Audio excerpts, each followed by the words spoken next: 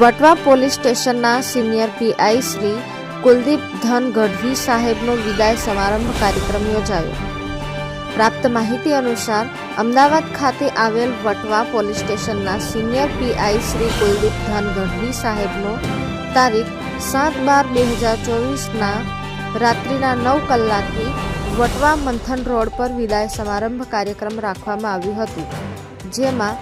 લોક ડાયરાનું પણ ભવ્ય આયોજન કરવામાં આવ્યું હતું અને વિશ્વ હિન્દુ પરિષદના તુષારભાઈ ચૌહાણની પૂરી ટીમ હાજર રહી હતી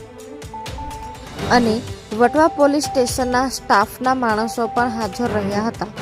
અને પીઆઈ કુલદીપસિંહ ગઢવી સાહેબને શુભેચ્છાઓ પાઠવી હતી.